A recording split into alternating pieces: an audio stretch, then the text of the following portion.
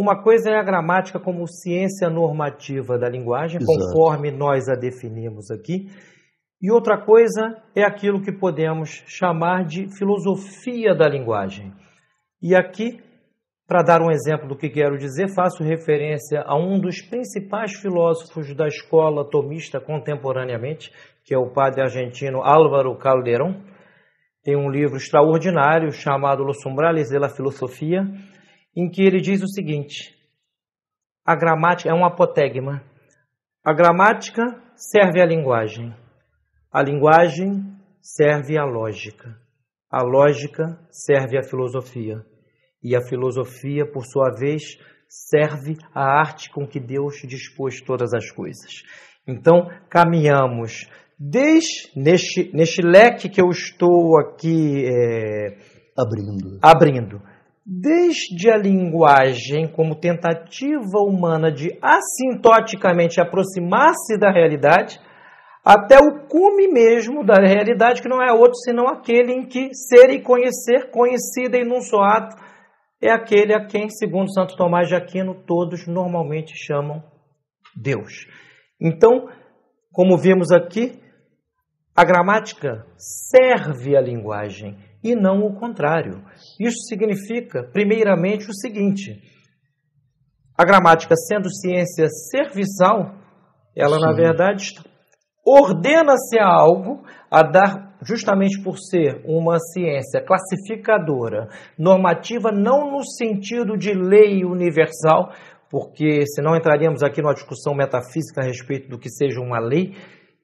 Nem toda norma... Para isso seria necessário haver uma língua universal, coisa que por definição não há. Isso, uma espécie de Esperanto universal, natural, coisa que não há. Então, para fazer esta distinção, eu recorri a este grande filósofo tomista, que é o padre Álvaro Calderón, para, por intermédio dele, fazer referência àquele que foi, vamos dizer assim, o fundador da verdadeira filosofia da linguagem, que não foi outro senão o grande Aristóteles.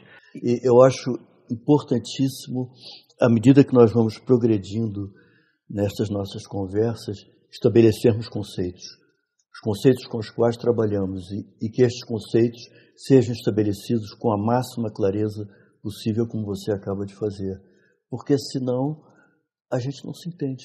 Trocando em miúdos, um estará dizendo uma coisa e outro estará entendendo algo ligeiramente diferente, porque não foi suficientemente explicitado de que se tratava. E, aliás, aqui abro um outro pequeno parênteses para lembrar-nos a todos que a clareza é uma espécie de dádiva do professor para com seus alunos.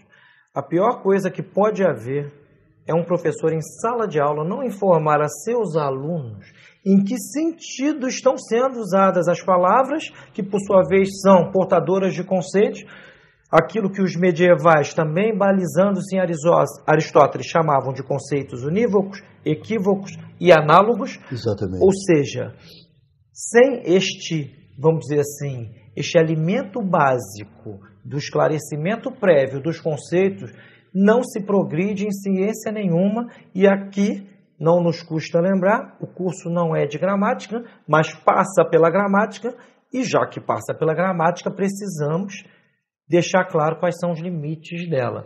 Ao referir-se ao português bem falado, quero crer que o lexicógrafo Sérgio Pachá está querendo simplesmente dizer que se trata da língua portuguesa, que é esta língua ao mesmo tempo pictórica, plástica devido às várias possibilidades de expressão, ao contrário de outras línguas neolatinas, em que, por exemplo, não se pode omitir na frase o pronome do caso reto. É verdade. O português é uma língua... Nós estamos livres disso. Nós estamos livres disso.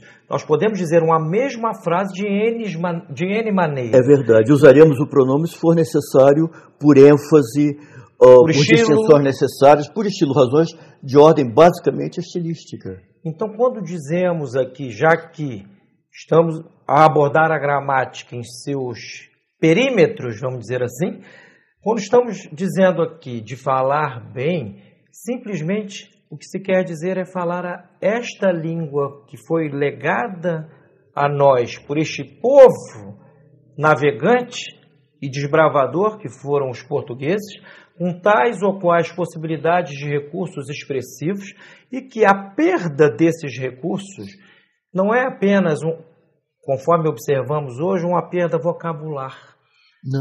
Se fosse uma perda apenas vocabular, seria ruim, na medida em que, como dizia o Ferdinand de Saussure, há um eixo paradigmático, ou seja, os sinônimos nunca são perfeitos, né? A sinonímia sempre é analógica e, portanto, quanto mais eu domino do vocabulário, maior é a minha capacidade de expressar os conteúdos mentais. Então, a perda vocabular, ela é ruim, mas aquela a que nos referimos aqui é, sobretudo, a perda sintática, que é a incapacidade de concatenar ideias mínimas no discurso, que passa por tudo que o professor Sérgio Pachá disse aqui na aula. É o eixo sintagmático de Saussure. O eixo sintagmático. Pois é, eu acho, aliás, eu já tive oportunidade de escrever brevemente sobre isso. O pior, ao contrário do que muita gente pensa, a maior ameaça à língua portuguesa que nós falamos hoje em dia, que hoje em dia se fala no Brasil, não são estrangeirismos que entram inevitavelmente pelas próprias contingências da vida moderna. Nem gírias. As gírias muitas vezes são muito bem-vindas. Muitas vezes são, e como? A verdadeira ameaça à integridade da língua portuguesa é sintática. Passa por esse eixo sintagmático, é a incapacidade de juntar as palavras em frases e as frases em unidades maiores, que são os períodos, e assim por diante. E o resultado é o que o Sidney apontou e que eu vou retomar porque, para mim, é impecável. São as alocuções da Presidente da República, por exemplo.